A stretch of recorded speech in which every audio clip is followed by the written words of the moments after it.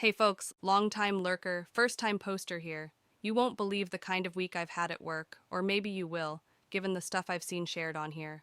So let me paint the picture of my not-so-average office life, starring yours truly, Liz, the prankster, Jake, and our victim, Sarah. This isn't your run-of-the-mill office drama. It's the stuff of legends, or maybe just really, really bad decisions. Our office is the definition of mundane. Beige walls, the hum of photocopiers, and that one person who always burns their popcorn in the microwave, looking at you, Kevin. Jake, however, is the one wild card in our predictable deck. He's that guy who's seen one too many episodes of The Office and fancies himself a real-life Jim Halpert, but with less charm and more dog poop. Yep, you read that right. Sarah, on the other end of this spectrum, is Ms. Corporate America herself. Always on point, never a hair out of place, and her desk is so organized it makes the rest of us look like we've been hit by a mini tornado. She's been the target of Jake's affections for a while now, but what happened last Thursday took things to a whole new level of crazy. Word on the office floor was that Jake was planning his magnum opus, a final prank to outdo all pranks before he bid us adieu. The guy was leaving for a new job, and apparently he wanted to leave behind a legacy. Well, he definitely achieved that, just maybe not the way he intended. So it's Thursday, right? Our usual drab day filled with meetings that could have been emails and the eternal battle with the coffee machine. Except this Thursday was about to be etched in our office's collective memory forever. The master plan? Cover Sarah's car entirely in dog poop. I'm not talking a scoop here and there. I mean entirely. Top to bottom, side to side, a grotesque masterpiece that would make even the most seasoned prankster pause and say, "Dude, really?" The execution took place over our lunch break, a time chosen for its optimal lack of witnesses and the guarantee that Sarah would be out. The conspirators, a small group of Jake's buddies and some unfortunate souls who thought this was just going to be a harmless joke, went to work. By the time Sarah came back, a crowd had gathered. Not to admire the prank, mind you, but more in a can't look away from a car crash kind of way.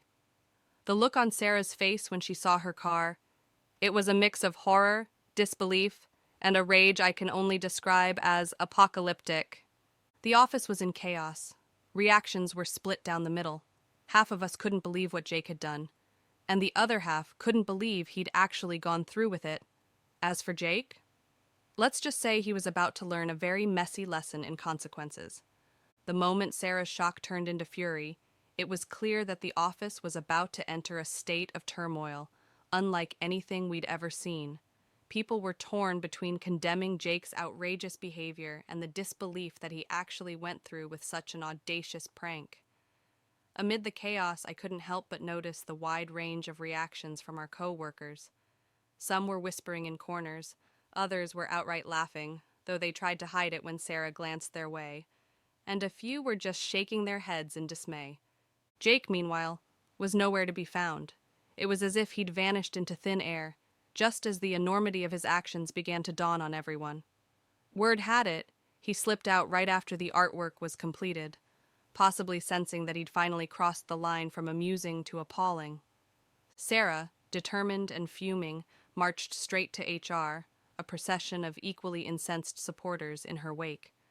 The HR office, typically a quiet refuge from the everyday hustle of office life, was suddenly the epicenter of an all-hands emergency. I couldn't help but follow the crowd, curious and concerned about how this unprecedented situation would be handled. The HR meeting was a blur of heated discussions, stern warnings, and a palpable tension that could cut through steel. Sarah demanded action, not just against Jake, but also against anyone who had played a part in the prank. The HR manager, a usually unflappable character, seemed to age 10 years in that meeting. They promised swift and decisive action, emphasizing that such behavior was completely unacceptable and contrary to our office's values. In the days that followed, the office was a hive of speculation. Jake was immediately put on leave pending a formal investigation. The co-conspirators, once they were identified, faced varying degrees of disciplinary action, from stern warnings to mandatory sensitivity training. The office was divided, with some feeling that the response was too harsh, and others arguing it wasn't harsh enough.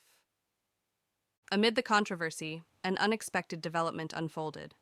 Sarah, who had always been somewhat of an enigma in our office, began to receive an outpouring of support, not just for being the victim of a cruel prank, but for standing up to what many saw as a toxic element within our workplace culture.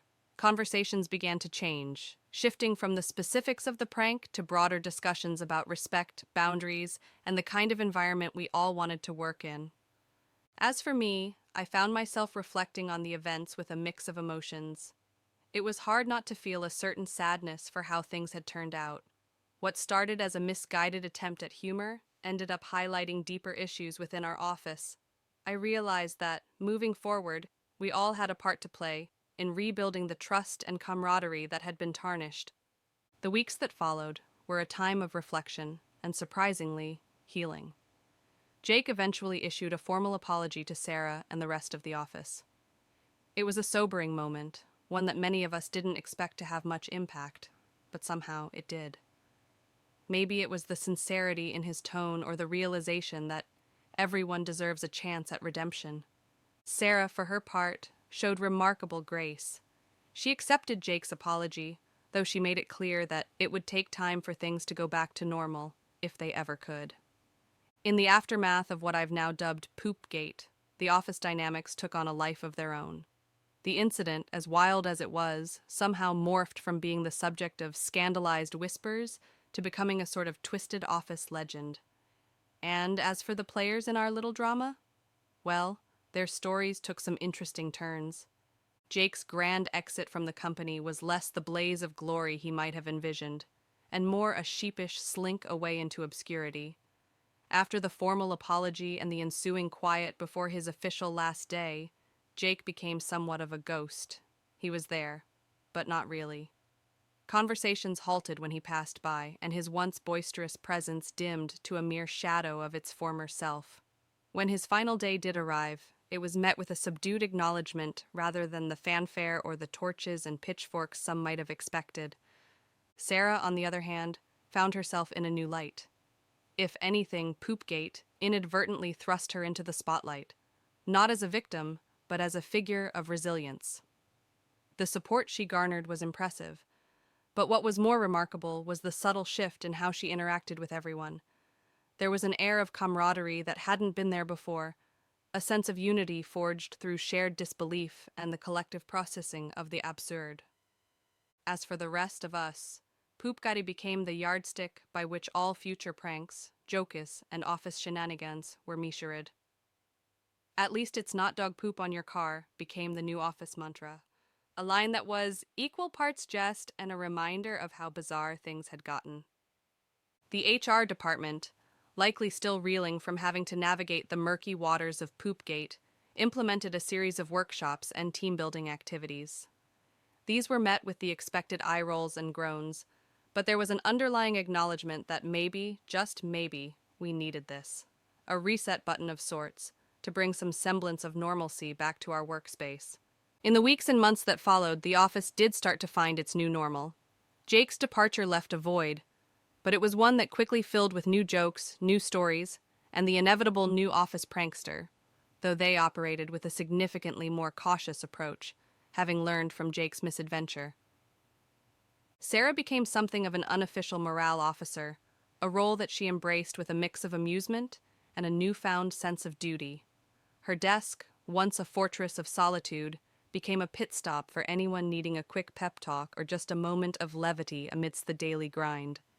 And me? I found myself caught between the nostalgia of the pre-Poopgate era and the curiosity of what our office culture was evolving into.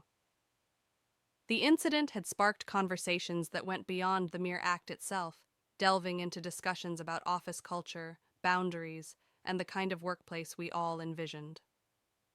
As the dust settled on Poopgate and we all adjusted to our new normal, something unexpected happened that would once again stir the office pot, but this time with a twist that had us all in stitches rather than in shock. It was a regular Thursday morning, the kind where the most exciting thing you expect is the coffee machine finally being fixed. But as we soon discovered, fate had other plans. Arriving at the office, we were greeted by a sight so bewildering, so utterly out of left field, that for a moment we all wondered if we'd collectively stepped into an alternate reality. In the parking lot precisely where Sarah's car had once been defiled stood a brand new, state-of-the-art, shiny porta-potty. Yes, you read that right. A porta-potty complete with a big red bow on top and a sign that read, "In case of emergency pranks, use me instead. Management." The office erupted into laughter. Even Sarah couldn't keep a straight face, despite the reminder of her less than pleasant experience.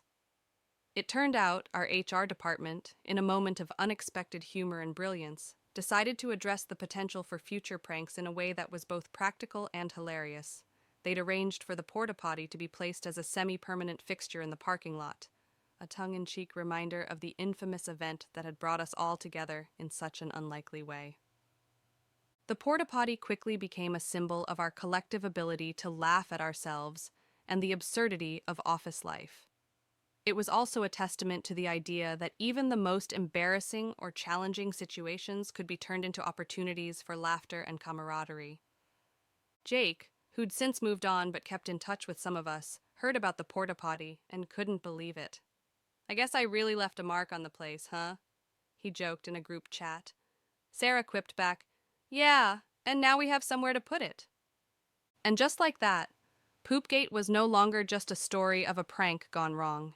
It had evolved into a legend, one that reminded us of the importance of humor, the strength of our office community, and the fact that sometimes the best way to deal with life's messes is to just laugh them off and, if necessary, have a porta-potty on standby.